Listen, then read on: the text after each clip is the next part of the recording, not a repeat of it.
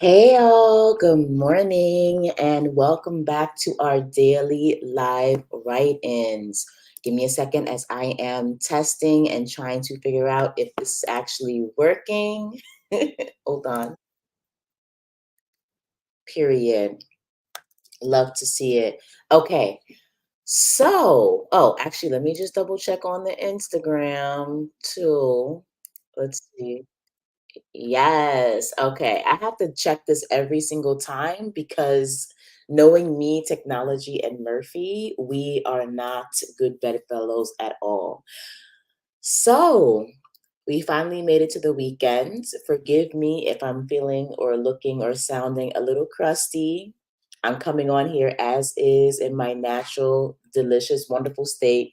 No, but it's been like a super crazy, invested, involved week. And as you can imagine, there's been a lot going on.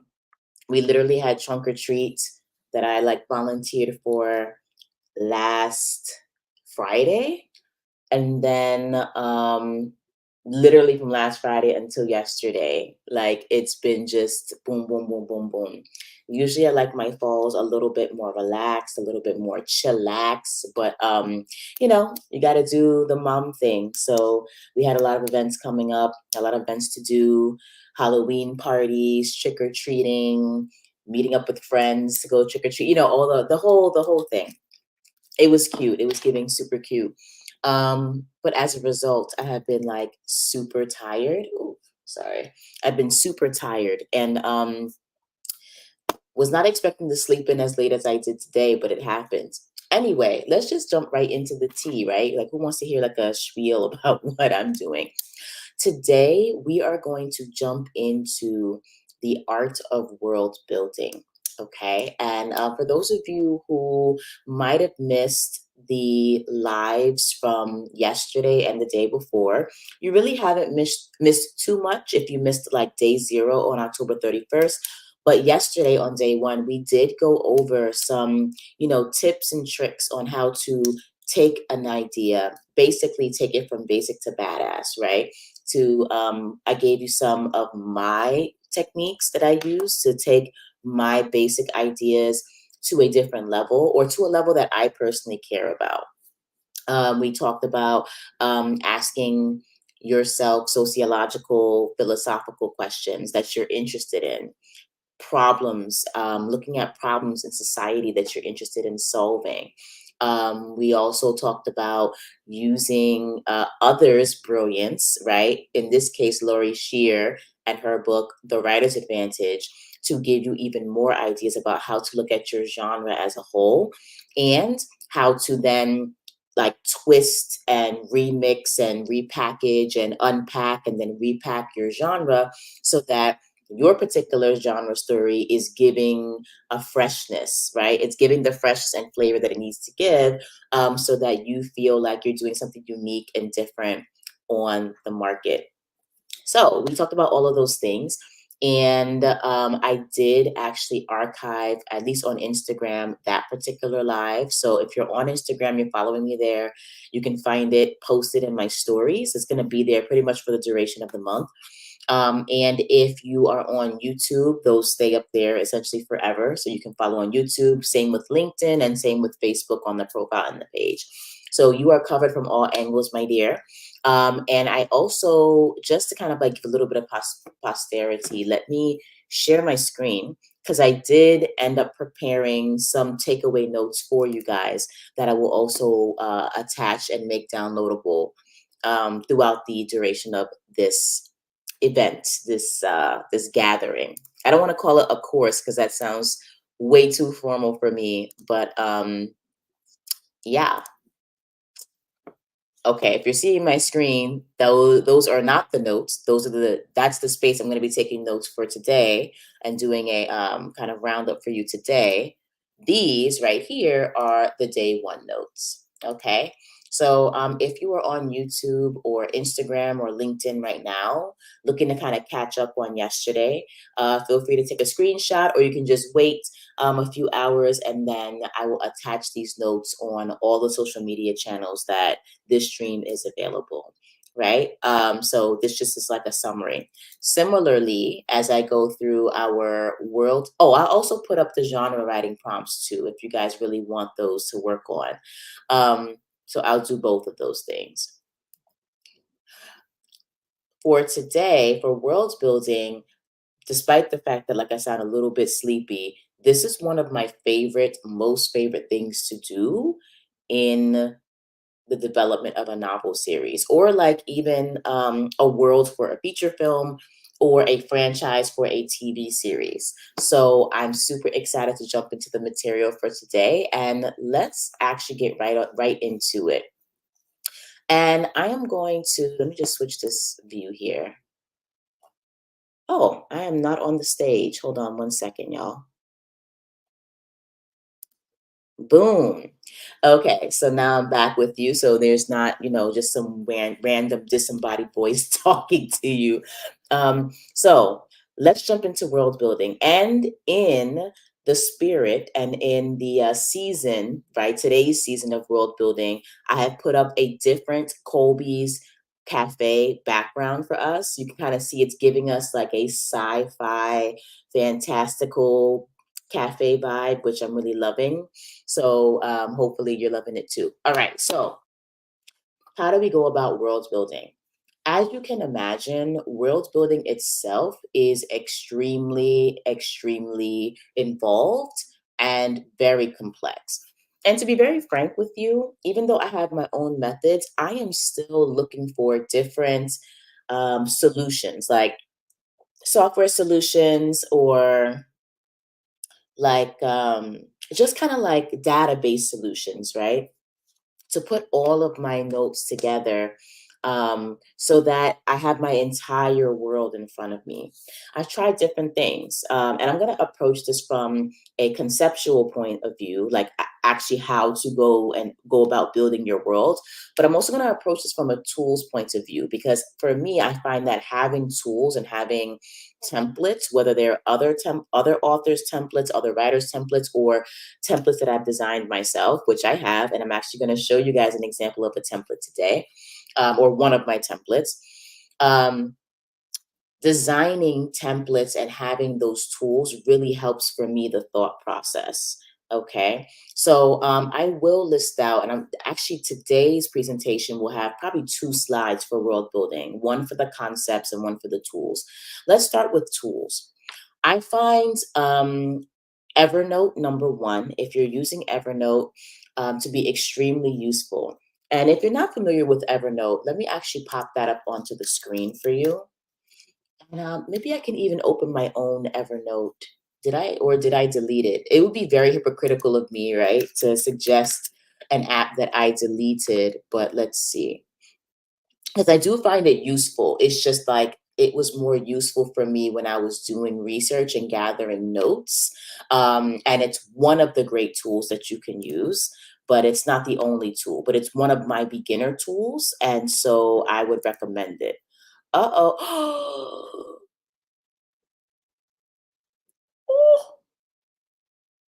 Hold on, team. Before I even say anything about Evernote, okay, whew. I'm literally on a website, and let me show you my screen. That just told me that like Evernote was effectively canceled. So I was just like, huh? Her.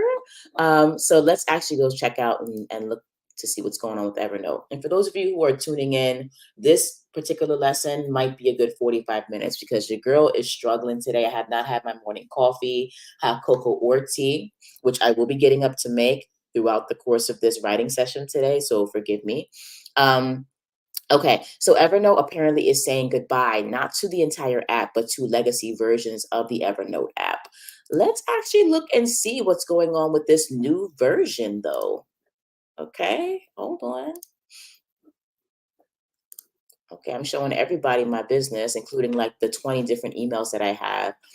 I'm trying to build like several business franchises at once, y'all. It's giving ADHD, but we are neurodivergence positive over here. So give me a break, okay? Cut me a break. Okay. I have to upgrade. Oh, and they want us to pay. Oh, okay. So listen, I don't know. Okay, this is my limit. Hello. What, can I get into the app though? 14.99 a month.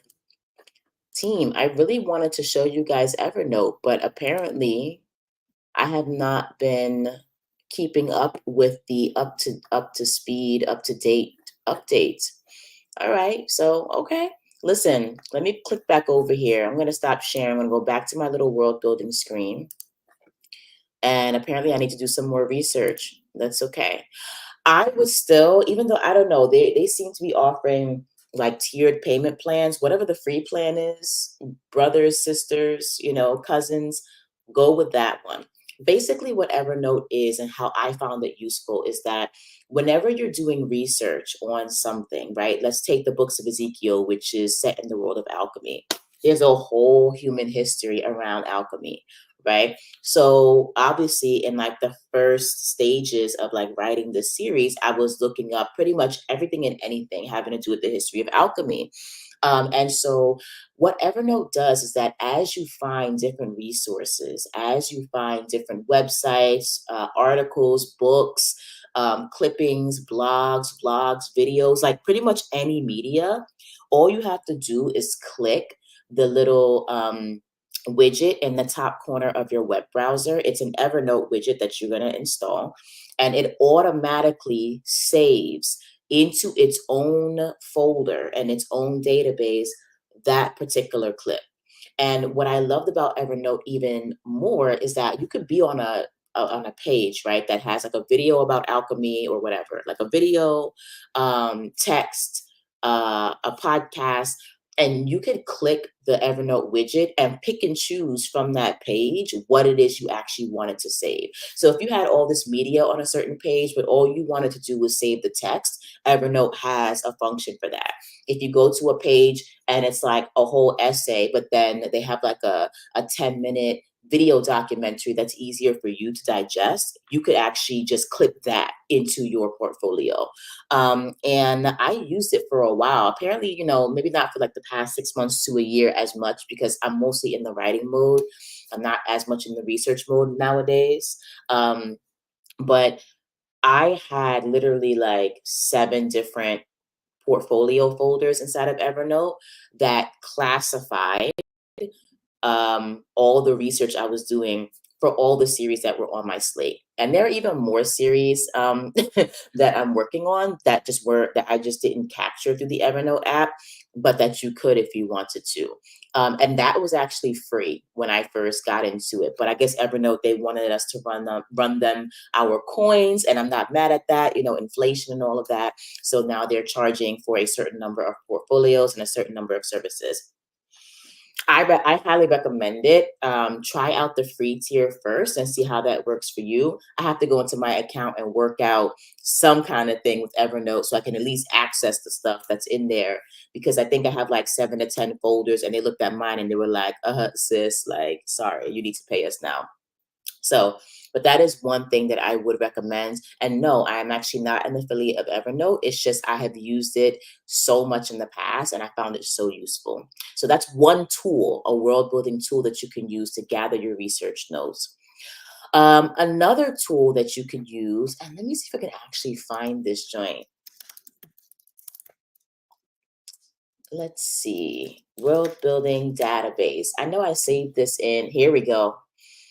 Here we go. Another tool that you can use is this awesome online tool building thing called World Anvil.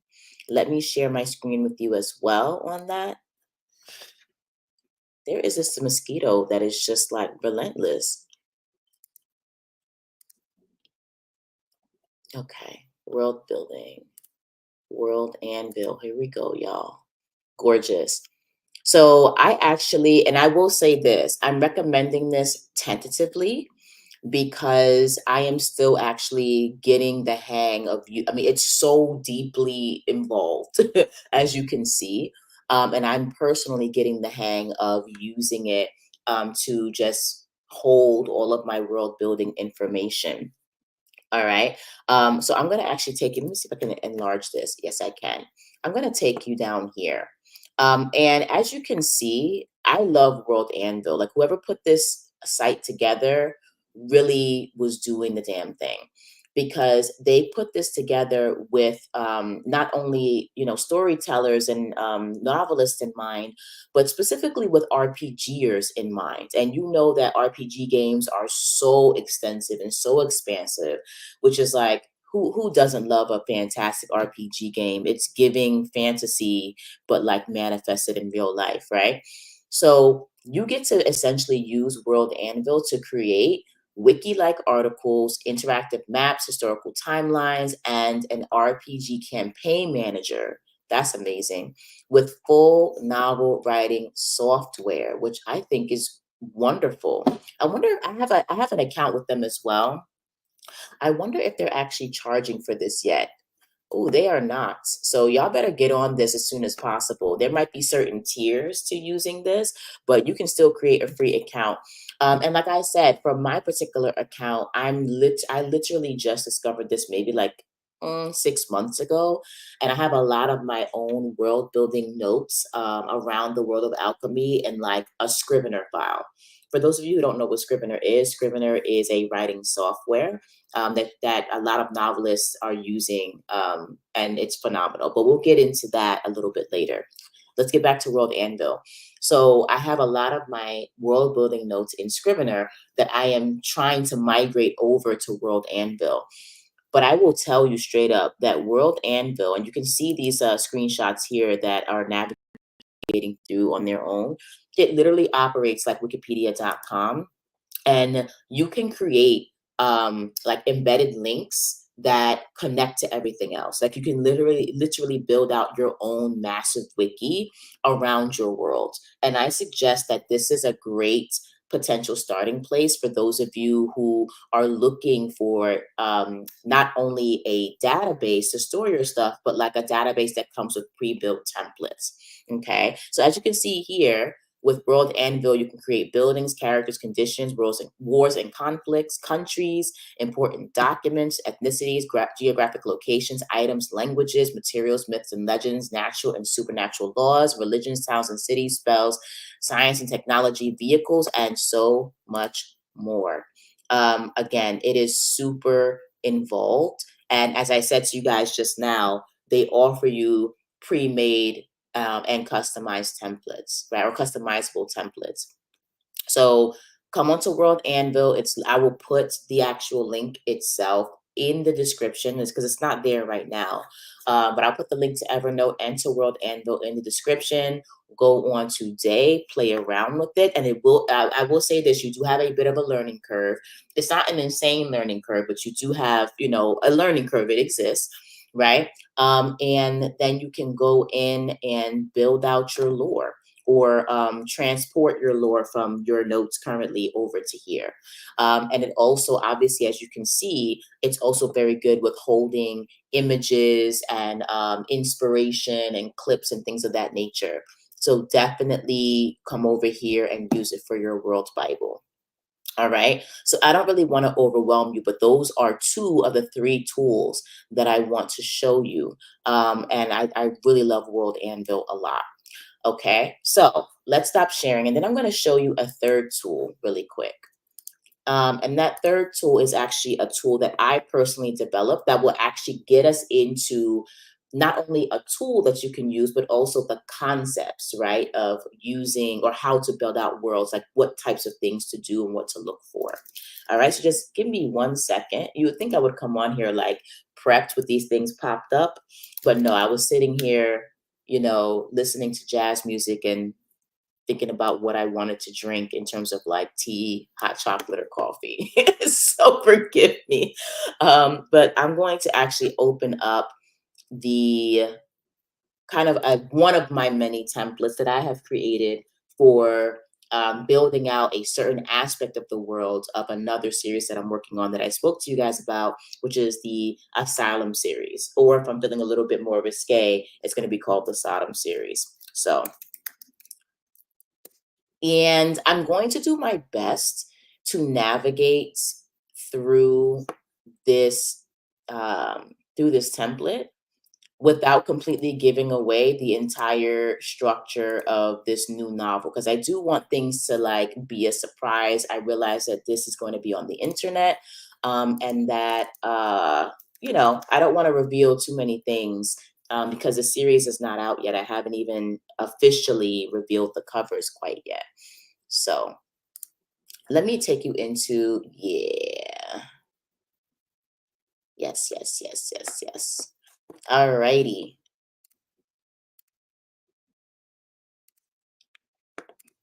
I'm gonna pull up a document called The Gangs of Sodom, because even though the series right now is called the Asylum series, the first book is called Sodom. That's not being negotiated. I'm just trying to figure out if the whole series should be called that.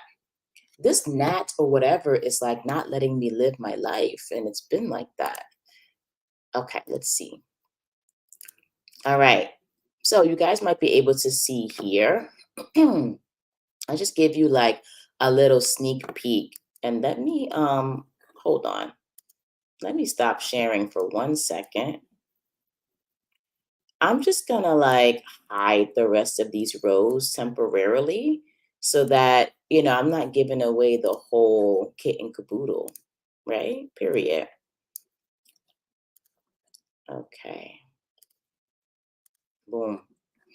Okay. So this is an example of like how I am building out two social groups, right, in the world of this new series. So, again, this is not the entirety of what you need to do for world building, but this is kind of what I use. And if you guys actually want um not a copy of this specific document, but I can give you the template format of this document, right? Like where you can just automatically add in these things as you so choose. So basically, welcome to two of the gangs of Sodom, right? And I'm not going to give you much context as to like why there are gangs here, why it's called Sodom or what have you, but I do want to show you how I'm building out each one of these social groups. Now, again, this is a mesosocial world building tool. It is not a macro social where we're building out magic systems or things of that nature. We're going to save that for World Anvil, and we're going to save that area for our I like to call these professionals that I introduce onto our lives the pro of the day, right? Because there is a pro who does this a lot better than I do, and this is where I learned and all of my skills and cut my teeth on how to build worlds. And I'm pretty good at it, actually. I will say that I am pretty good at building worlds, but like I have to give it up to like the ultimate, badass here. And that ultimate badass is not me, but you'll get to meet her and her work in a second. Okay. So this is a mesosocial group, two mesosocial groups called the Khans and the Gregoria, right? And for those of you just ahead of time, like these are inspirational images as to like what their sigils might be. But you'll see that I have a cool template here going on. Like what's the gang name? What is like the gender domination in this particular world? The gangs are, I mean, most gangs in general are male leaning, but like there in this particular world, there are a lot of male leading gangs. There are also a lot of female dominated gangs. And then there are co-ed gangs, right? So this is just taking you through two of the top rival gangs, which are male dominated and male run. Then you have a section around the gang function, which I haven't filled in yet, and I'm kind of glad I didn't because I don't want to ruin or spoil what's going to happen in the story. But if you're building out a group, like this is an example of how you can do it, right? So I have gang function here. Where do the gangs live? And what is that? How does that bring out who they are and what their personalities are, right? So in this particular instance, both of these gangs inhabit residential and business blocks in Sodom, but one's on the east side and one is on the the west side. So the entire city of Sodom, which is a essentially an open air prison city, giving you a little bit of teaser. It's an open air prison city. It's divided up into three main territories, to be really honest, with strongholds within each territory. Let's put it that way. And the three territories are the east, the west, and Tremab City. Tremab City, I'm not going to get into why it's separated, but like I'll give you a hint as to the fact that like the worst of the worst of the worst criminals are in this part of the city. Not even the two biggest dangerous gangs mess with these criminals. It's sort of modeled on a lot of what you see in the movies around like the world's worst serial killers, the world's worst mass murderers. A lot of times those individuals are sectioned off not just because they're dangerous, but mostly because they're being protected from the rest of the guys in the prison, right? But in this case, because this is sort of basically like a prison city where the lowest caste is able to live freely, but they have to stay in the city. Like the gangs themselves have decided that these most dangerous criminals cannot leave this fortress that we have created on this side of the city called Tremab City. So it's sort of gets into prison and gang culture, but there's a slight reversal here. Anyway, not to get too far in the weeds, these two gangs operate on either side of the city, right? So appearance, distinguishing physical features. This is the most like superficial of the world building that you're going to do for any of your groups in a world, but it's still important because how, especially in this particular story that I'm telling you guys, um, because their appearance, it pretty much exactly denotes who they belong to, where they belong, and like how they operate. So as you can see here, the Gregoria embody the classic look of organized criminals. They're usually dressed well, neat, clean, and fashionable, always in suits, with an air of money, but they don't flaunt it, right? Okay.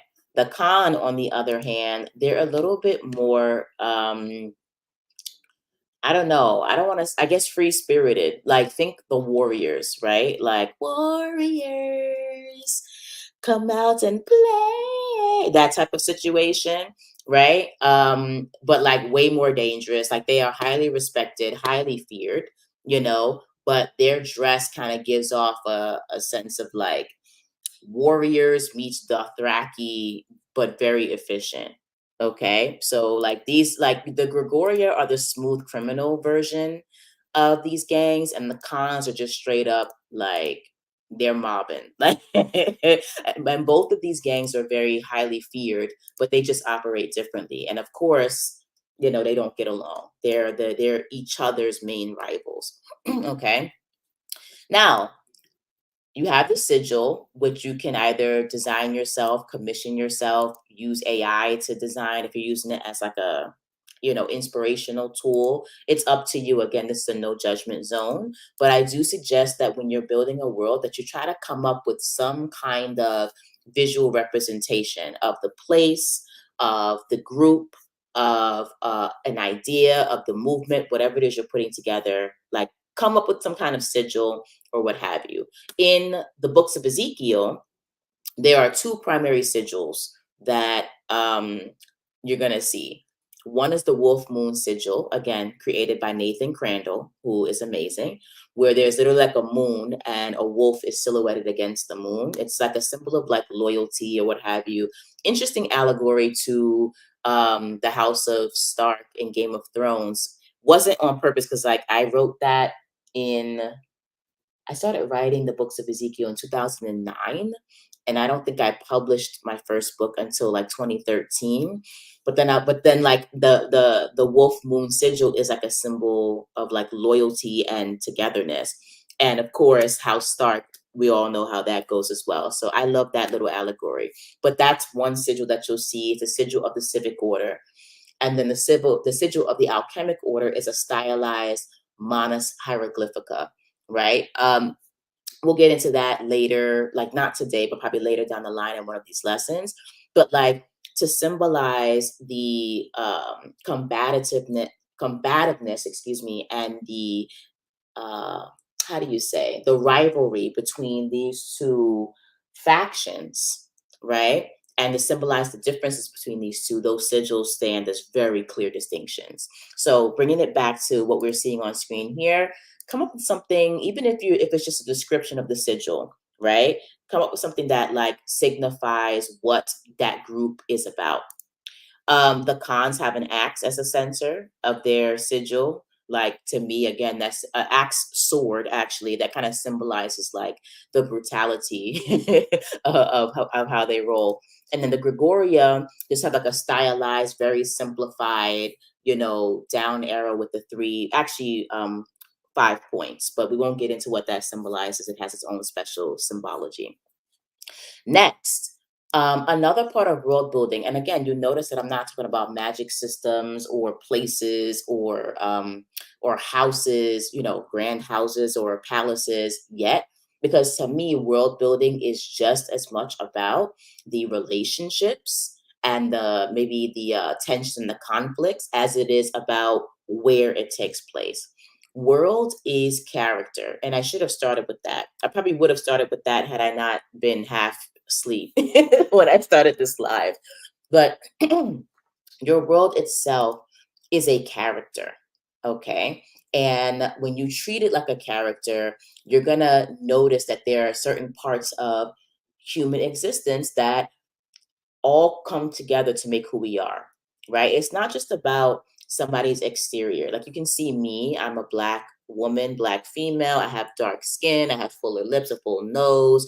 You can't see it, but like I usually wear my hair out in like Afro puffs when I'm going somewhere. Um, I have a certain body type and stature. That's me, but it's not all that is me, right? I have an inner life that's happening as well. I also have my relationships with people and places and my history and things that happen to me and things that I've done and things that I've done to other people, things that I've done in places, around places, choices I've made, reactions and actions that I've had and taken. All of those things, right, come together to create the world of Colby R. Rice. So when you are building an actual world itself, you really want to think about not just the superficial of what things look like, where they are, and like the bells and whistles. You want to think about the places and things as characters, right? Everything has a history. Everything, the history can define even the exterior of something. Think about the history of Spain, for example, and how they were conquered by Muslim and Arab nations for a very long time, right?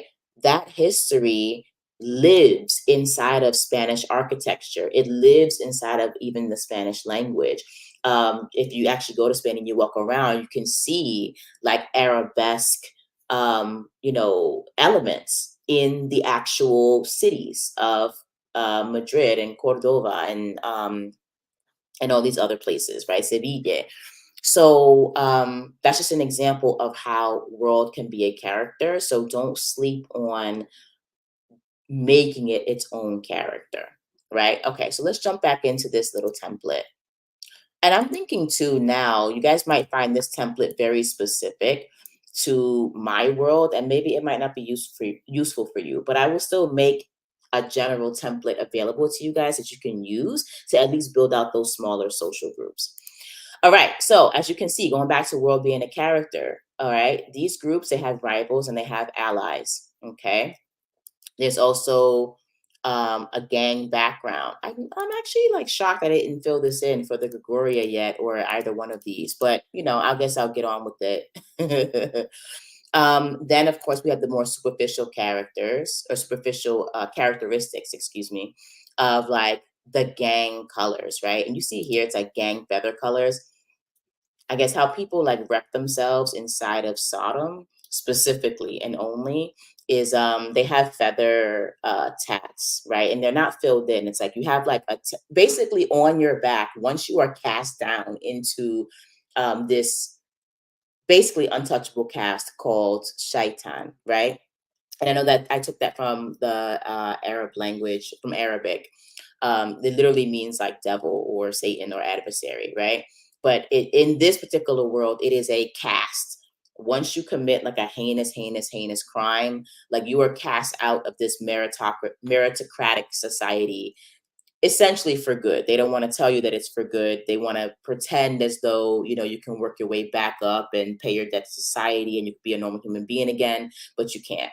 And if you can't tell, this series that I'm writing is also an allegory for um, basically what the issues of incarceration are in the United States of America, along with like the question of, is there a real meritocracy? And if so, how can that be uh, operationalized so that people can actually climb their ways to the top through their hard work and their good works?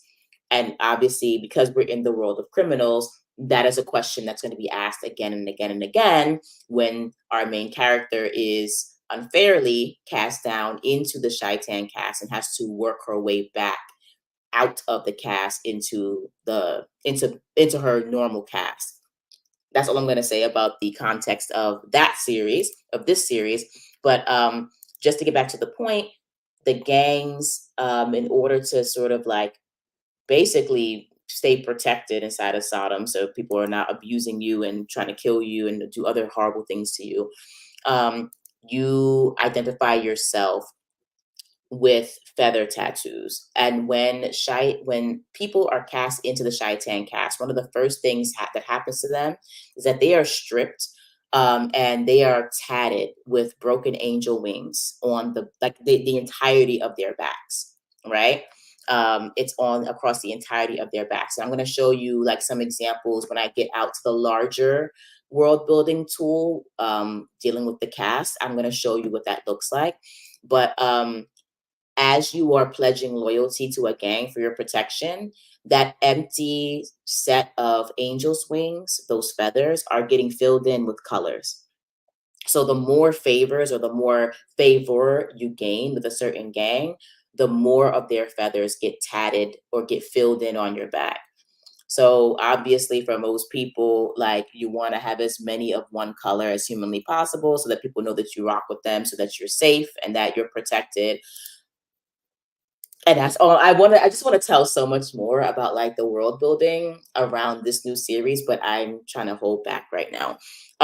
But you see how like I am not just like giving out random characteristics about this world for each of these gangs, right? There's a whole rich story and history that's built in to these superficial aspects of this world that are going to have more meaning as our main character has to navigate through the world.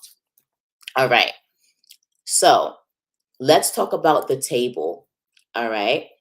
And again, like this goes back to, in terms of world building, for me, how I started building out this world of Sodom is that I asked myself the question, the sociological question, right? Is there such a thing as meritocracy? What does hyper meritocracy look like? And what is the natural logical conclusion, right? The most logical conclusion that we can have about meritocracy, right? Can we take this idea of meritocracy to the ultimate extreme and reach its most logical conclusion and then put characters in that world to see how they deal with this, right? When I'm building that out, or when I was building this out, I asked myself that question about meritocracy. I asked myself then this question about, well, what about what we go through as American citizens, right? If you happen to be arrested, falsely accused, framed, we've seen a lot of this, especially again, going back to my identity as a Black woman, a Black female writer. In my community, we have a lot of complications, problems, a lot of oppression, and a lot of historical harm that has been done to the Black community by the system of law enforcement, the asymmetrical system of law enforcement, right? This is not to say that we don't have criminals that should not be, obviously in prison, and so we can keep the community safe. Every single community has that. But in terms of the asymmetrical focus, the asymmetrical sentencing, the asymmetrical unfairness, the asymmetrical representation, right, that has all contributed to, the high incarceration rates in the community. Those are things that I'm very interested in thinking about and exploring, right? And so um, I've been asking myself a lot of questions about meritocracy and then also the prison system in America, and asking myself, like, if we had a true quantified meritocracy, would these gangs, anybody here who's been cast down, would they literally be able to make it out of the Shaitan cast? Would they be able to earn their ways out of Sodom, have their records wiped, and they can live their lives, because we are in a true meritocracy, right? And it's all about the good that you do versus the bad that you do. Is there a way to climb up out? And as I'm looking at prison life and how that would have developed at the bottom rung, which is the Chi-Town cost? What? I'm looking at the bottom rung of the Chi-Town cast. I start asking myself, okay, like, people they want to work their ways out, maybe, but there are others who don't want to or can't, right? So how are they going to make their ways and exist in this world? And so from that comes the table, right? Because if you have to be in a gang in Sodom to be protected, there are going to be different gang positions that certain folks have. And this also is reminiscent of what happens in the real world. So you see how the real world and my questions that I am asking are kind of coming together to build out the richness of this series. And so as a result, doing research, but then also kind of like thinking about how my fictional world might work, I created something called the table. It might feel like it's kind of reminiscent of the High Table in the John Wick series, which is an amazing action franchise, by the way. Love it. But it's not. It's not the High Table per se. It's a table that anybody can really earn their ways to, but it's like you have to work your way up from step 10 all the way to the top. So it's basically a table with 10 concentric rings. And if you are in the top 10, if you're in the leadership of the gang, and you are at the bottom of that rung, if you're like in the quote messenger category, you're at the outermost ring.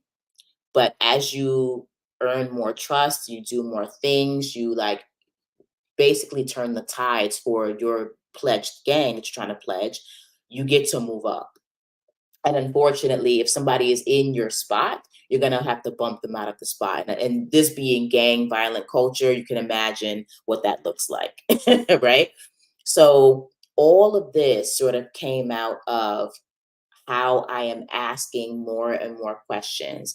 And I think the best type of world building is the type of world building that starts and continues to evolve through the asking of questions, right? And so you see at the table amongst these gangs, there are 10 spots. And each particular role does a specific thing. And this is agreed upon via the charter between not just these two gangs, but the other 15 gangs to 20 gangs. I don't even remember how many. There's a lot here that I created. There's a charter between all the gangs that this is how we run gang culture in Sodom, period. Right? And for our top 3 spots, these are the most powerful spots. And there are people who sit in these spots. Seth Mead is a main character of this series, along with Anais Black, who is also another main character. She is the one who was unfairly cast down into the Shaitan cast. And so this is just a really, and this is not to pat myself on the back at all, I'm just being honest. This is just a sliver of what I do to build out the worlds of my novels and of my TV franchises. Okay, let's move forward because I want to, perfect. I want to talk about the relationships and how I start to plan out the relationships. We're not going to go too deeply into this, but Basically, I create a relationship grid. This grid is not of my own making. This grid I got from a class at Script Anatomy. I think it's their first level TV writing class. I forget what it's called, but I will post it in the comments below. I'm not an affiliate. Again, like I've taken so many classes, read so many books, and I've spent years and years and years honing my craft as a storyteller because I just love it. I'm very passionate, as you can tell. But this grid is what I got from that particular TV writing class. And they didn't, I will say that I did put a twist on it because I wanted to understand the relationship between groups. They have a character grid where you're able to set up the relationship between characters, right? So you list all the characters or all the groups in column A, and then you go to row 1, and then you list all the same characters and groups all the way across the row. It doesn't matter how many, just put as many as you need. And then you look at the intersections. As you can see here, I'm highlighting the relationship between the Gregoria and the Khan, right? And then you just describe what the relationship is between these two groups or these two people, depending on how you fill this out. And as you can see, if you take an overview of this, there I have a color coding system because I find that useful. Black is like just to signal that this is a non-operative space because you're matching a person with themselves. I mean, maybe you can fill in some information about the group's relationship to itself and what's going on internally, but I find this most useful for looking at the relationship between two different elements and entities.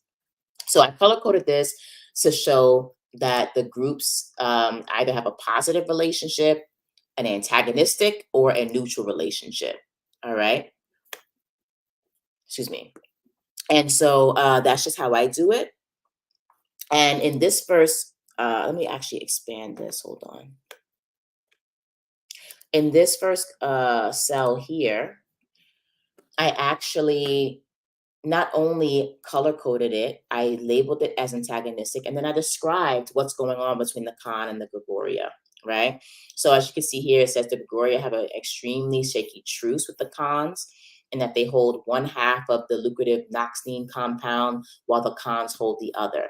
Noxine is a drug that needs several components for it to be effective, and one gang holds some of the components and the other gang holds territory that produces the other components.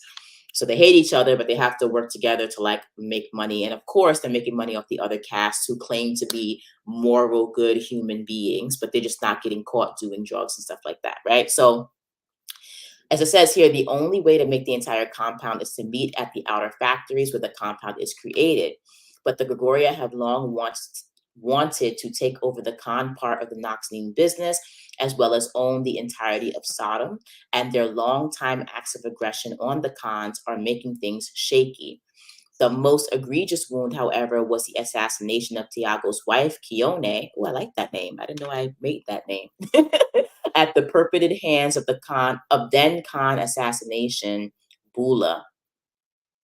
Oh, really? Sometimes, guys, I get so deep in the world building and then I move on. I forget the drama that I'm creating. This is cool. All right. So it was an inside job. No, I'm sorry, it wasn't an inside job. Basically, Kione, who was the wife of the Gregoria mob boss, was supposedly assassinated by the Khan assassin Bula, supposedly. Ever since then, the Gregoria have declared ongoing war with the Khans, and in retaliation, they have kidnapped Amiri Khan's son, right? Whose name is Chakal. So it's a whole bunch of drama. As you can imagine, as you go further down this entire and further across this entire situation, there's going to be a lot of drama, a lot of meso-social conflict. And to me, even though we definitely are going to go over internal and external conflict, the meso-social conflict, in my opinion, is like the juiciest part of building out a really expansive, delicious, just like comprehensive world. Okay. All right. I'm talking for a long time. I guess it's going to be a long lesson. I don't have a problem with that because I get to shut up and write for an hour after this. So let's do one more quick intro to how I'm building the world out here. And I'm going to share my screen with y'all again. And then I'm going to take you over to the professional of the day. Let's see the cast. Yeah, here we go. Period. Period. Okay, let's talk about the casts of Sodom. All right. So I told you guys that this particular series is diving into the issues of meritocracy and is diving into the issues of incarceration, like real world issues that I'm thinking about that I want to work out in this series, right? But the world of the Shaitan is like its own world at the very bottom of this entire system. Naturally, with a meritocracy, right, you're going to have people who have earned their ways to certain levels in society. If you're on a true meritocracy that's based on your good deeds, your good works, things of that nature, you're going to be able to move up, so to speak. There's going to be some kind of vertical upwards mobility, right? And that mobility in my story is crystallized in the 12 casts. Okay. So the 12 casts, well, essentially, like to be very realistic, they're really only, I would say 10, maybe 11 casts that you can actually make it to.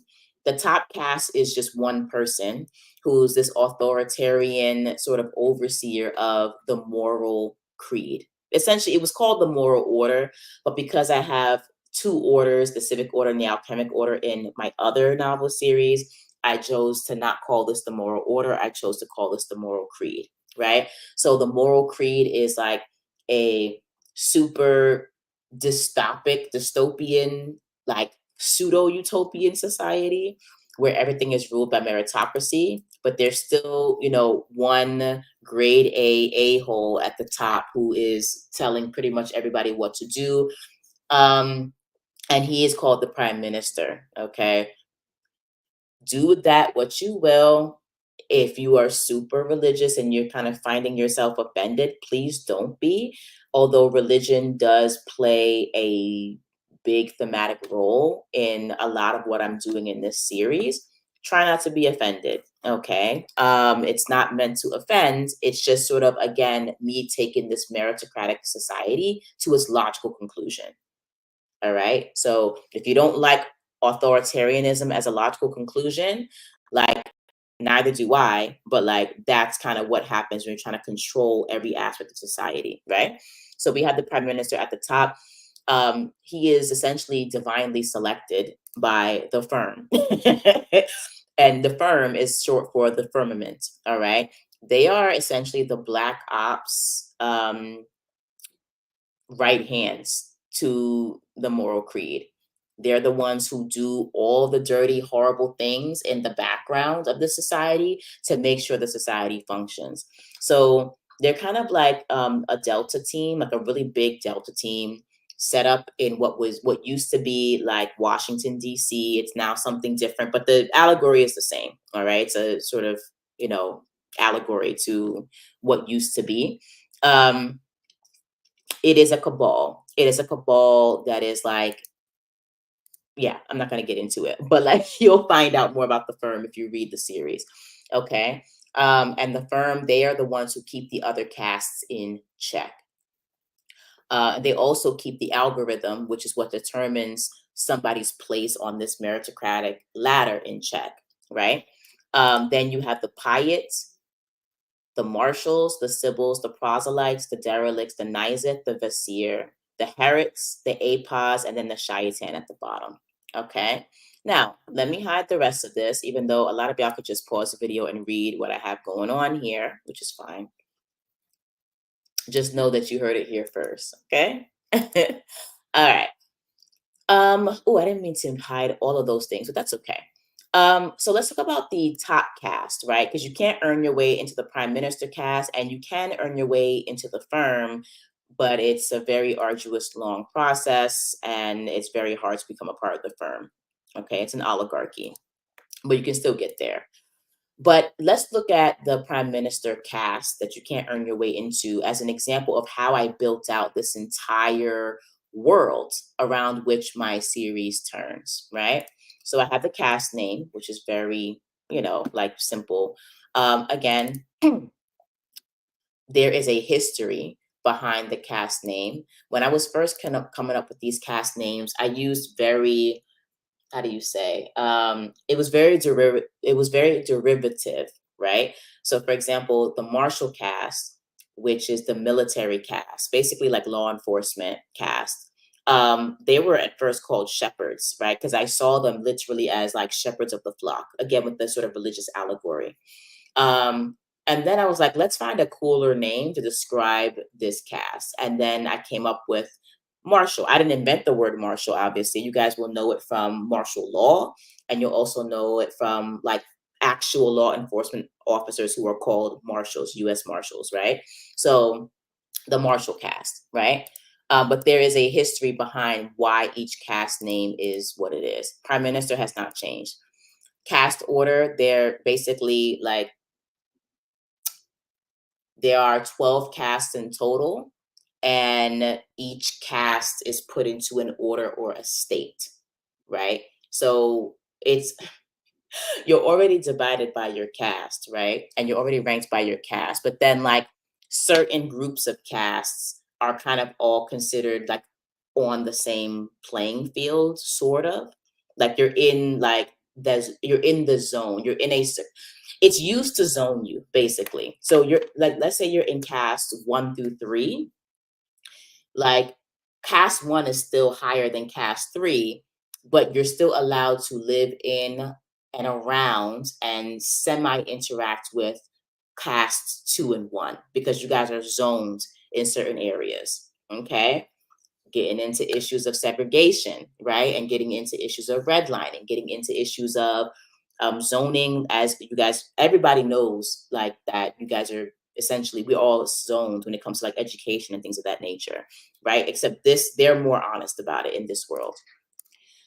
So the A class and the state residency are basically like zoning tags. What are the colors of the cast? It's gold, specifically, because he's like the top guy.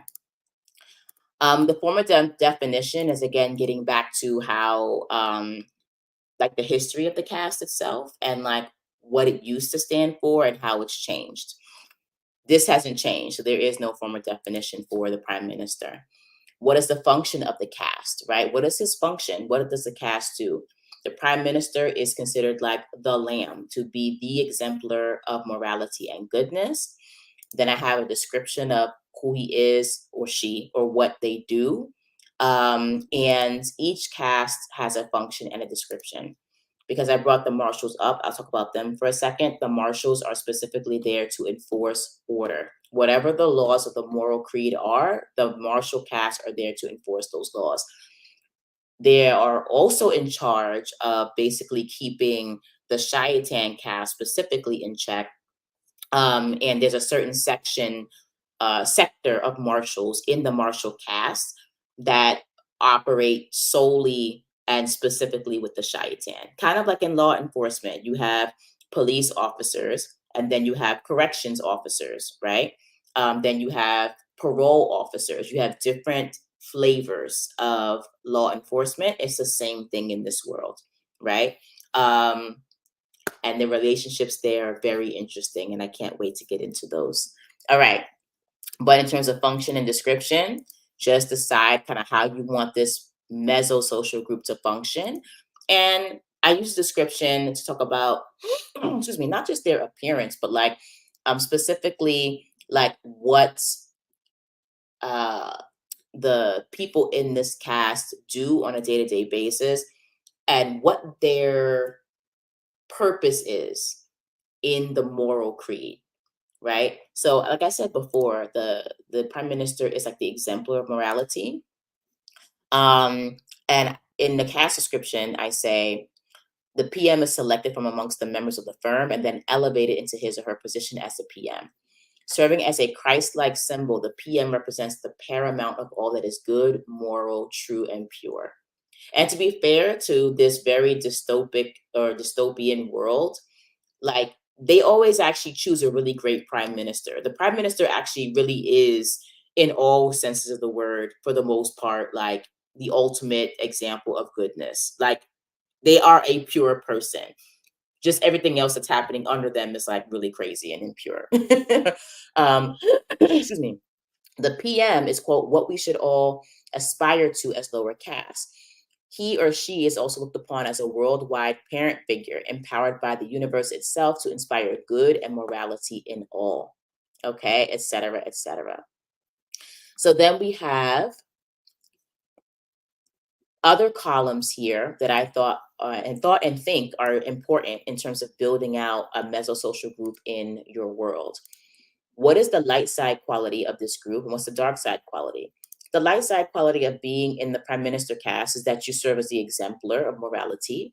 You're operating altruistic service. You're a spiritual leader. You are an example of redemption and atonement, right? He is a manifestation of forgiveness and kindness and grace. The dark side of that, though, is that he is the example of forgiveness and kindness and grace, and there is no deviating from that, right? So, to a certain degree, the dark side that he represents is the authoritarianism of this order, of this creed. Okay. There are certain skills that each caste specializes in. The prime minister, his skill is just like being a good person. So, I haven't filled that in. Each caste also has its own currency, right? Your moral worth, your good deeds, your like the things that you earn all translate in this world into economic opportunities as well. And I'm going to be very honest, if you're in the cash three, your money just inherently is going to be worth a lot more than the money that is generated out of, say, the Shaitan cast, right? And actually, I want to give you an example of this for a second so you can understand what I'm saying. I want to hide this row. Let's unhide the rows. All right, I want to give you guys an example, right? So let's look at the firm. Their ultimate skill is tactical assassination. Their currency is Blanca. It's a Blanca, right? They only need one, and they never have to spend it, and they just have to show it. They can get whatever they want. Okay. Their status as like the protectors of the world pretty much entitle them to whatever it is they choose.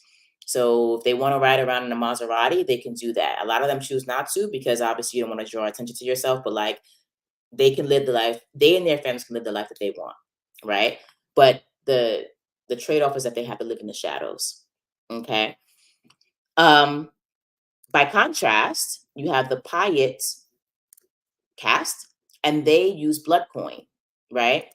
And 5 blood coins are equal to 1 Blanca. So they're not too far off from the firm, but they still will never be the firm, and they still have to like get it in blood essentially, right? But they are the highest caste that you can get into without going into the firm or without being the prime minister. All right. So that's an example of like just how this world itself is like manifesting, and like these caste orders are manifesting in every aspect of day-to-day life.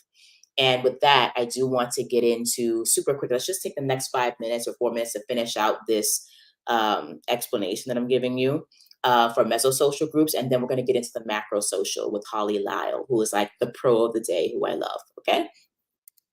All right. So currency notes. So we not only did I create currency for each one of these casts, but they also have a currency exchange rate, as you just saw, and then some notes about the currency. All right. So I told you guys the prime minister doesn't need to use currency himself, and neither really does the firm. All right. I also go into, and I can actually hide the rest of these now. Hold on. Let me scroll on down.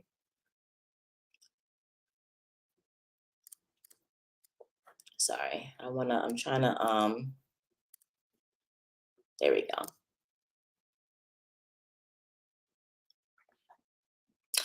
All right. So some other things that I felt were important, right? How many of each caste are there? There's only one prime minister. What's their capital city? Because most castes cannot live amongst each other. They have to stay separate unless you guys are grouped into the same state, right? The same state being that the A class and the Elysium state that I'm talking about, state residency. There are four states. All right. Capital cities, notable cities, what does their sigil look like and why, right? You can see, and again, I not only have a description, but I also have an image here of what their sigil could look like. And then if a prime minister falls, let's say they do something egregious and they fall or they get cast down from their prime minister spot to the piot spot, what does it look like for them to be cast down? Because you're not a prime minister anymore, right? But the fallen sigil specifically is if a prime minister ever falls from the height of a prime minister all the way to the bottom caste. What would the fallen sigil look like? So instead of looking like this, the fallen sigil would basically be this golden cross crown and these wings cut in half, shattered wings, shattered halo. Sorry, frayed angel wings, shattered halo. So this is just examples, again, without going into too much more detail of how you can build out a world through mesosocial conflict, right? And we haven't even gotten to how to create a city, a country, or anything like that. Because for me, my worlds are mostly powered by the tensions and history and context and culture, right? Um, so yeah, let's jump out of this, and I'm going to introduce you to how you can approach world building from a macro social view. And I don't know anyone as of yet. I'm going to read some more world building books, but I don't know really anyone who does world building better than the illustrious Holly Lyle. All right. And I'm actually going to show you three of her books. And just to be also very transparent, I found out very recently that the amazing Holly Lau has passed away, which, needless to say for me is like really heartbreaking because I got started in writing a long time ago, like way before this whole Amazon wave, where indies had a voice and we can publish or what have you. I was still trying to figure out how to get, the stories I was working on into a publisher. And at the time, she, for me, was one of the pioneers of how to build and design a, excuse me, an amazing fantasy world from scratch. Like I learned everything I ever needed to know, in my opinion, from Holly Lau. So I'm going to share her work. May she rest in peace. And I thank her eternally for the amazing work that she has done and the amazing way that she's impacted me and other authors out there. I know a lot of authors who've been around for us older folk, millennial and older, who were around and like trying to figure this out before Amazon came through and really opened up the floodgates. Holly Lau was an amazing, amazing support and an amazing resource. And actually, I need to move this. Can I click and drag this? No, I don't want the solo layout, but I definitely want,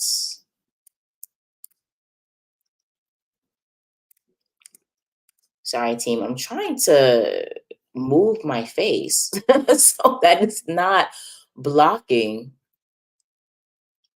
All right, I guess I have to figure that out later.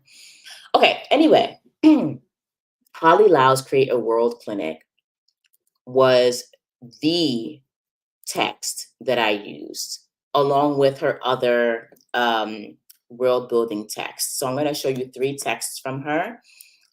She has excuse me, she has a Create a World Clinic. She also has the culture clinic, which I'm going to show you. Create a culture clinic. Okay, a step-by-step course in creating peoples and philosophies for fiction. And then she also has the incredible, insane Create a Language Clinic. Like, I cannot tell you how much this clinic, this language creation clinic, helped me. In my series, The Books of Ezekiel, there is a civilization called the Mesha, and they speak Mishnai, right? So I myself, not bragging, I'm just telling you the truth. I've studied several languages. I studied six. I know six. And so it was a lot easier for me to put together a language that made sense. So I created like a phonetic alphabet. I created a grammar structure. I created all of that. But I didn't really know how to like, I knew I wanted them to write in symbols. And I just didn't really know how to go about making those. And using my knowledge of languages that I studied combined with Holly's Create a Language Clinic just blew open that entire world for me. All right. And actually, like, I have all these copies already. I bought them when they were in PDF format.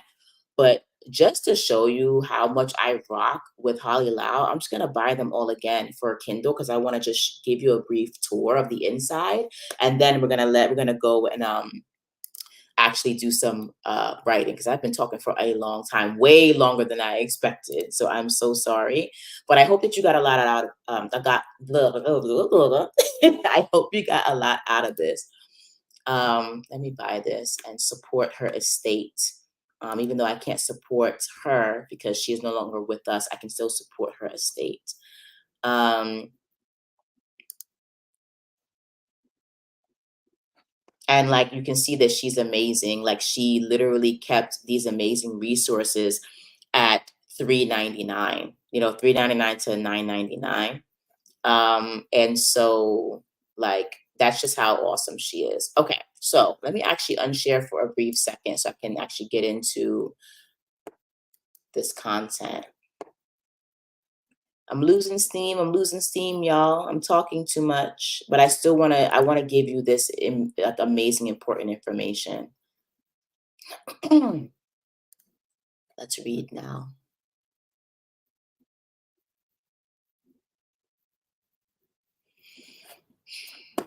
And I will say her PDF of this is incredible because her PDF, especially for the Create a Language Clinic, it actually gives you worksheets to create your language because that's how amazing she is. Okay. All right, team. I might reread all of these books. Okay, sorry.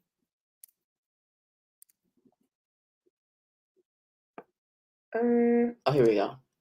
Mhm. All right, so I'm just going to actually take you briefly through the table of contents. So for her clinic, she has certain sections. She has first the building world section, and then building universes section. And then this might be a new edition, y'all, because the edition that I have does not talk about building geek deep. Hold on, we might have to check that one out. Okay. But as you can see, she has different methods. And I'm sorry, my Mac mouse is going crazy right now. She has different methods of building out your world. She talks about the three building blocks of world building, how to build a dot world versus a line world, the tube of toothpaste world, which is hilarious. And then she talks about three types of universes: container, knowable, and infinite universes. Very important for those of you who are doing sci-fi specifically, but anybody can use those. And then she has a really wonderful set of demos in this section. How to create an ecosystem, how to create limitations, how to do alternate cultural views of human. Oh, this is definitely new. Let me see. I want to take you into like just like the first chapter again to respect her estate and her copyright. We're not gonna just like we did with Laurie Shear. We're not gonna go through her whole book. That's disrespectful. But I just want to show you an example of how this is set up, right? So she gives you an introduction of like the what her concept is, right? The dot world, and then what she does is that she asks you to grab some supplies, and then she takes you into the exercise itself. Okay. And just by doing these exercises, you can start building out the world in front of you. Okay. And so I would highly suggest, and I actually wonder, I'm going to go through this on my own and see if she has her worksheets available still, because she, with her PDF versions, she always included worksheets. I'm gonna actually jump into the culture clinic now, because in the culture clinic, I know for a fact, at least the printed PDF that I bought from her had worksheets. So I just want to see if they're available here too. Oh, okay, and this table of contents is not as robust as the other. So let's see.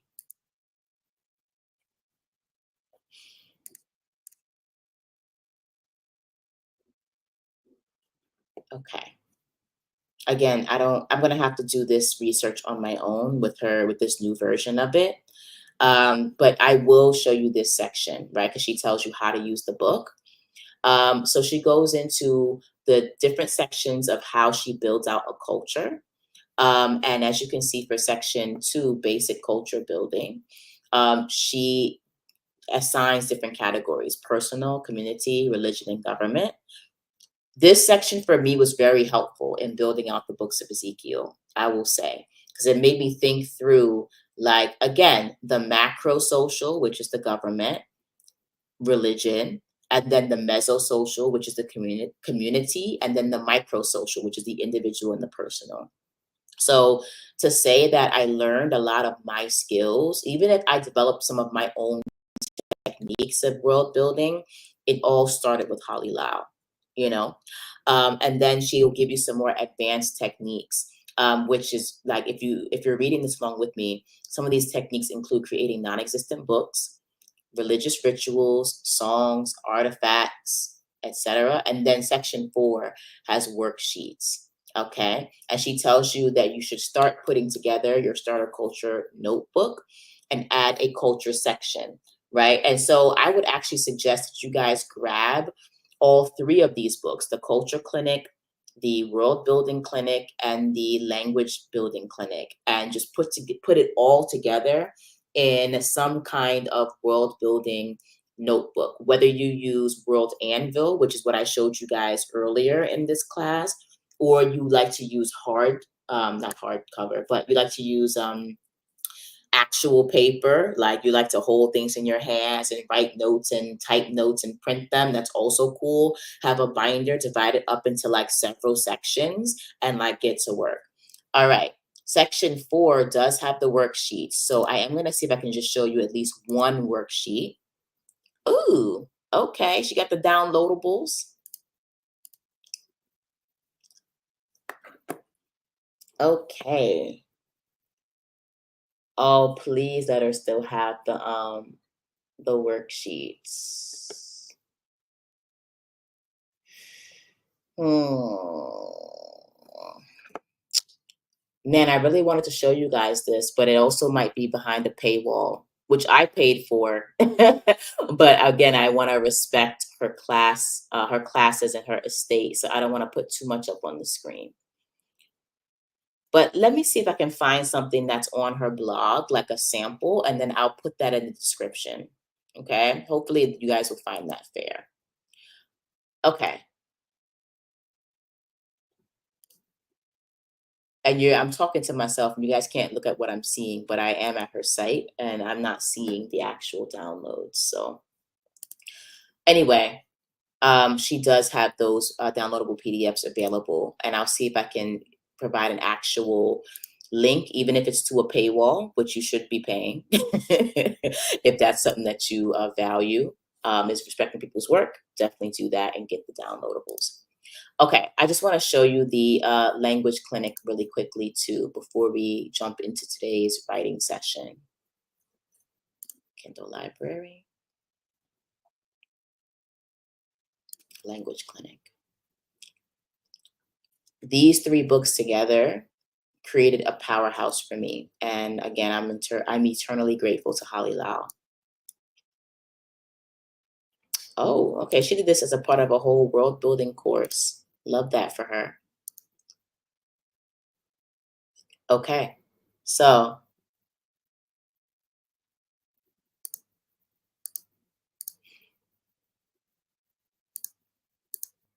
okay. So if you guys are looking at the screen, you can see I'm sort of clicking through a table of contents. So she has a why section as to why languages could be important. She also tells you, sorry, my mouse is going crazy again. She also tells you what supplies you should be using, if any, your notebook layout, and how to protect your work, right? I was able to successfully create a language using her step-by-step process in this book. And she actually goes into the academic, research-based perspective on language in terms of like glottal languages. I don't want to get into the nitty gritty of it, but she literally teaches you linguistics as well to help you build a language that makes sense for your story. That's how amazing this resource is, and that's how amazing she was. All right. So she gives you supplies, a notebook layout. She takes you through how to create languages and how to understand language, and then how to use the different aspects of how language is put together in real life to create your own language. And then in chapter 5, you can see she's telling you how to come up with simple nouns, proper names, creating a language name, gendered names, suffixes, personal names, place names, etc. So those are naming conventions. She talks about root words, verbs, adjectives, adverbs. Like she goes through a look, chapter 8, plurals and possessives, like pronouns. She really goes in and goes hard. You know what I'm saying? No double entendre meant there. But this is going to be one of the most valuable books that you purchase in your world building process. And I highly recommend, if you're looking to do the more, I don't want to call it superficial, if you're looking to do the more sort of bird's eye view of world building, right? And you're looking to do like place, history, people, institutions, how do people like transportation, things of that nature. Like, again, the macro social, more surface level world building, you can get that in her How to Build a World clinic, which I just showed you. When you want to get to the more nitty gritty mesosocial stuff, which is what I'm interested in, and I just showed you for like a whole hour, you want to get into the building a culture clinic and the language clinic. And you want to use, in my opinion, all three to help you to build out your world on all different levels. So I am and have already put in the description links. These are affiliate links, by the way. Holly Lau stuff I have linked as affiliate links. Those are in the description.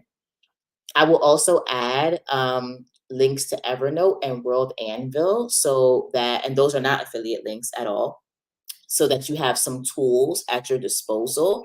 And then I will also clean up and clean out some of my templates that I showed you. That is going to be coming along a little bit later because I have to like make time to do that, obviously.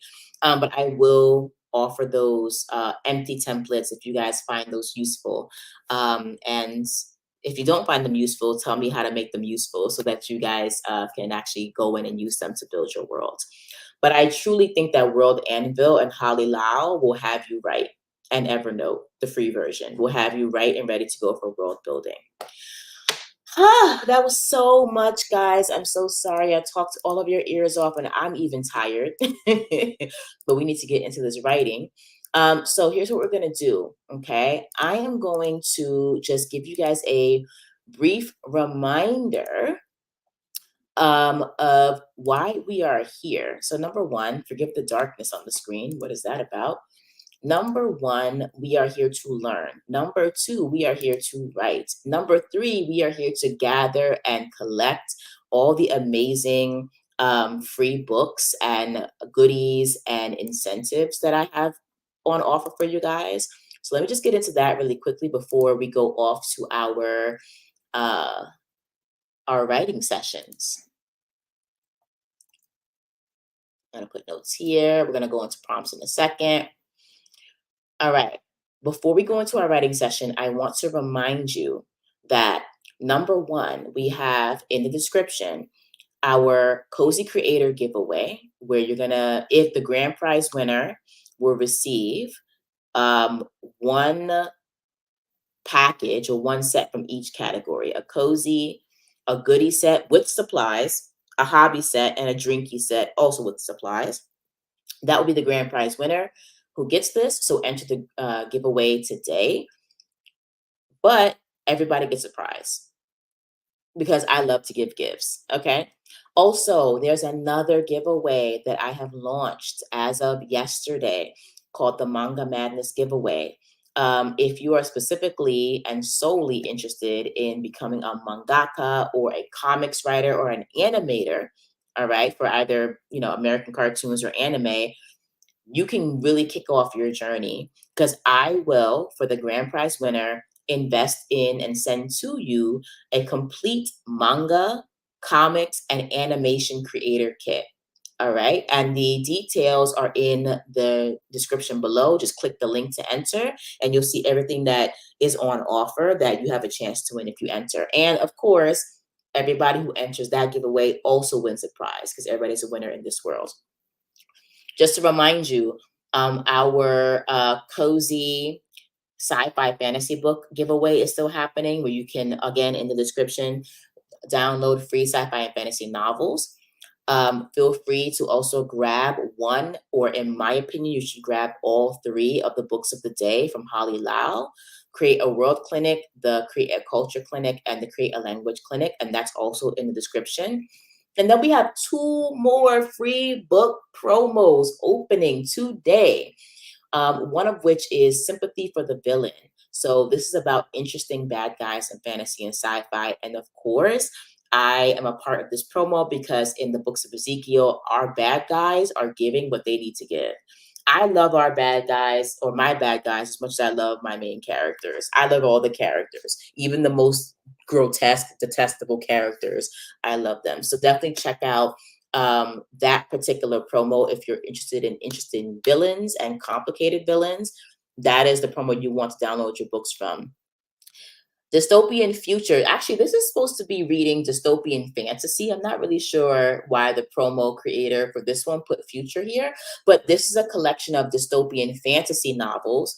And I'm also a part of this promo because the books of Ezekiel is, as I told you guys, a combination of dystopia and fantasy together. Okay. But it's not just my book, obviously, that are in these promos. Like, you want to click on the link and explore other people's books, because why not, right? So we have 3 sets of free books available. We have links to the books of the day, and then you have 2 giveaways to join in. All right. So just click in the description below and enjoy. Let's really get into, again, this knack. Let's get into the world building genre specific writing prompts. Okay.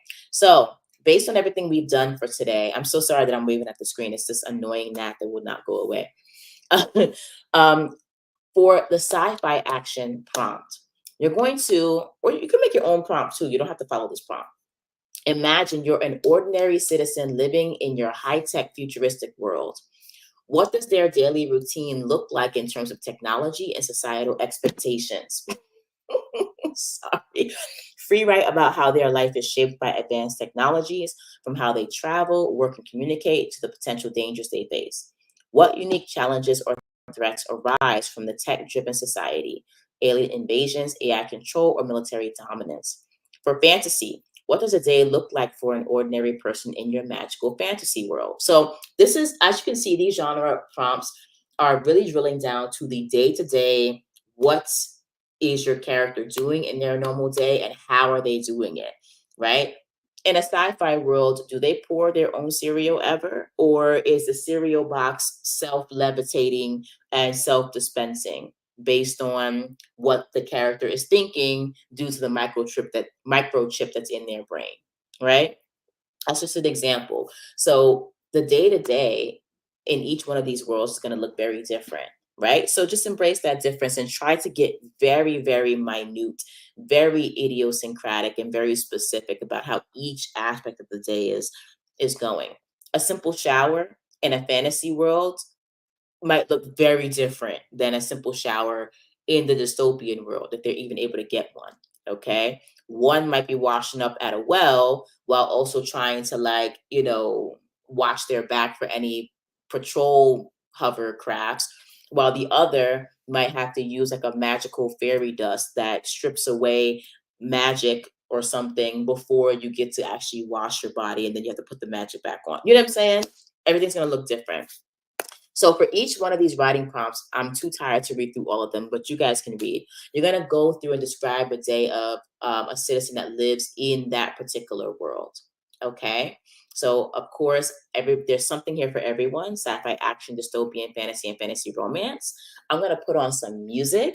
Okay. And I'm going to get us ready and started for our writing session. And of course, don't forget to click the links below or any goodies that you might want to collect. All right, y'all. Happy writing. I'm going to turn off my camera briefly because I want to make some coffee, but then I will be back.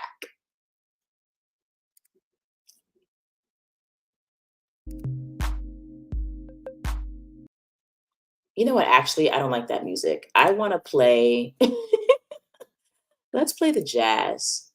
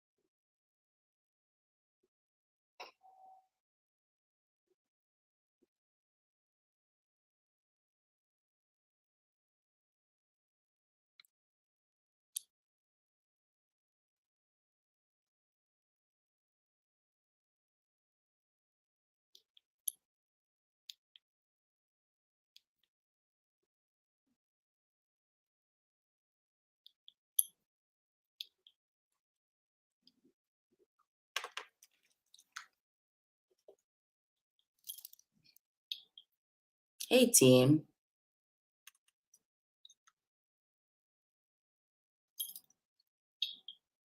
Hey, team. Yeah, I just realized that the music wasn't playing. Oh, you know what? I think it's due to a copyright. Okay. Yeah. All right. So, oh, well, I'm glad that I didn't get any strikes or whatever. Let me play the Feeding the Ducks background music, and then I got to figure out the music situation. But here you go.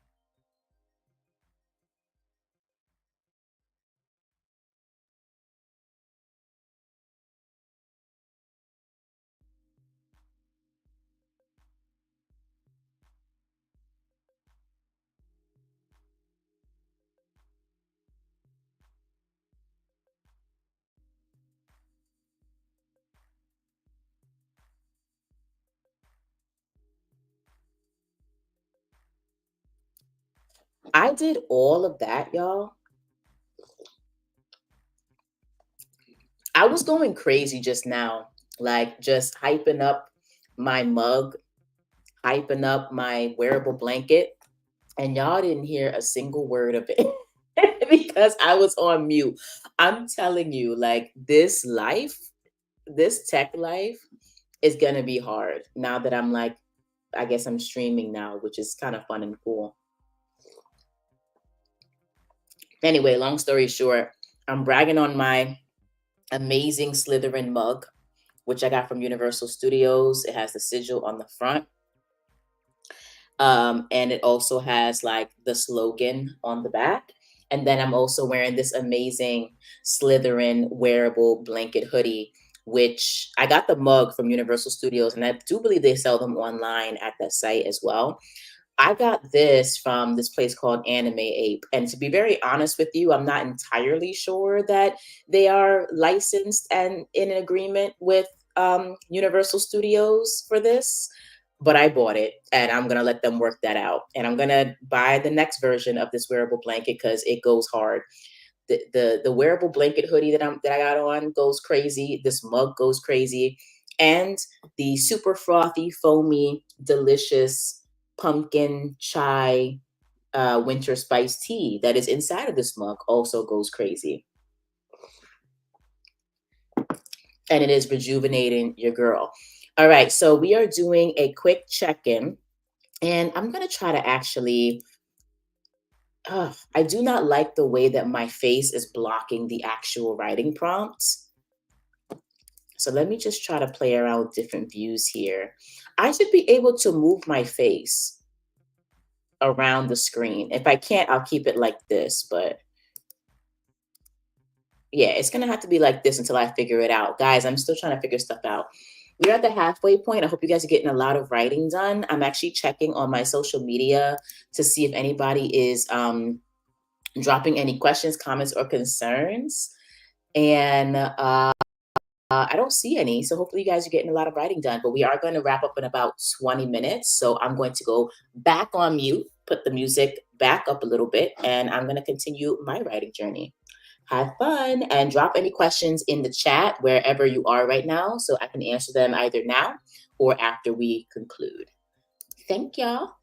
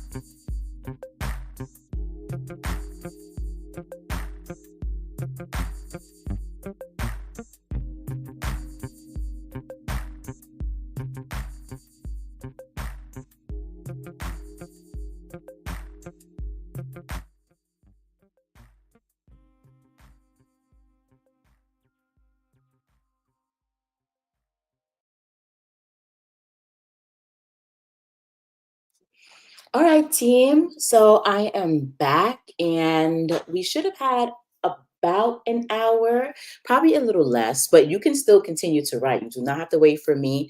But we had about an hour of some free writing. Hopefully, you guys were also enjoying your coffee, your tea, your whatever, sparkling water, wine, even though it's a little early over here, but I'm not judging, as you were building out your worlds, or as you were just applying new words to that manuscript and chipping away blank line by blank line. All right. So I just want to start closing this out because we are getting to, believe it or not, the 2.5 hour mark, which is insane, of our live write-in today. And so I want to close this out by just reminding you guys that yes, Colby's Cozy Creative Cafe is still very much open, very much giving free, delicious, wonderful things, including not one, but not two, but three different free book promotions going on in sci-fi and fantasy that are linked in my description below. So you have the curl up, I cannot speak today. You have the Curl Up Cozy Sci-Fi Fantasy Book Giveaway, which is connected to my Cozy Creator giveaway. You have the Sympathy for the Villain Sci-Fi Fantasy Book Giveaway, where you have amazingly interesting bad guys in fantasy and sci-fi. And then you have our Dystopian Fantasy / Dystopian Future giveaway, which is up and running if you're interested in dystopian fantasy mashups. The Dystopian Future giveaway is the way to go. Also, do not forget to grab the amazing books of the day by Holly Lyle, excuse me. Let's put some respect on her name. Let's don't forget to grab these three books from her. I have the links below. Yes, they are affiliate links, just to let you know. Feel free to help both of us out, but if you don't have to, but it's just a suggestion. But regardless of what you do or which links you click, I highly, highly suggest these three books by Holly Lyle in order to really get a jump start on creating your world, your culture, and your language for your sci-fi or fantasy series, your fantasy romance series, etc. And then we have our two giveaways, our Cozy Creator giveaway, which is ending this November at the end of the month. and everybody gets a prize per usual. And we have our Manga Madness giveaway for those of you who are super interested in manga, comics, and animation creation. That's a specific and special giveaway for you guys. And you can feel free to join, and everyone will get a free prize, even if you don't win the grand prize of the creator kit. And the free pies. I'm thinking about the stuff I'm going to bake tomorrow. The free prize is actually a free, amazing manga drawing class because I partnered up with the Learn to Draw Manga program, and they are offering some really amazing free classes for you guys. And this class is not freely available on YouTube either.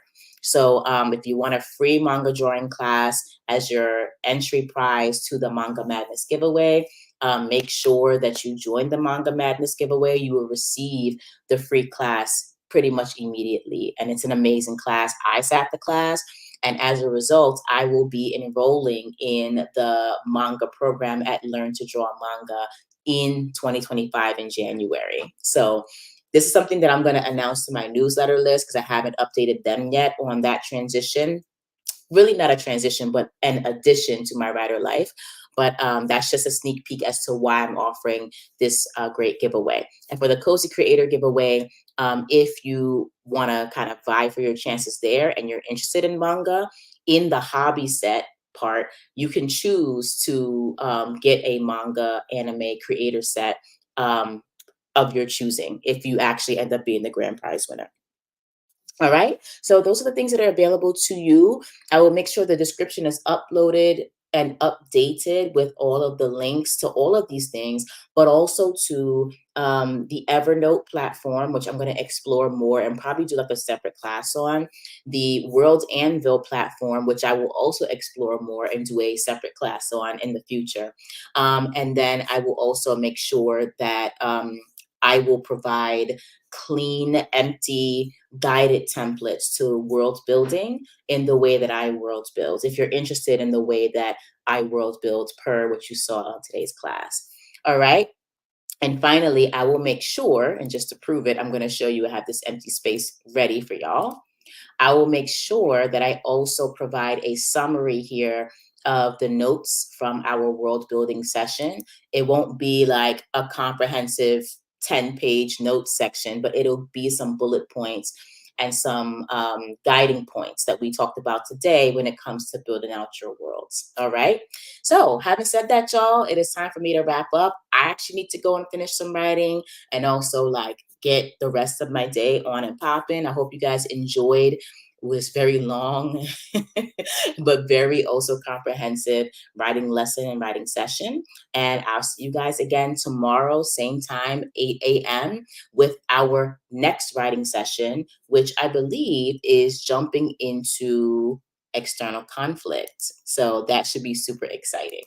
All right, team, have a wonderful day. Keep writing, keep creating, stay awesome, and keep showing up. I'll see you guys tomorrow. Bye.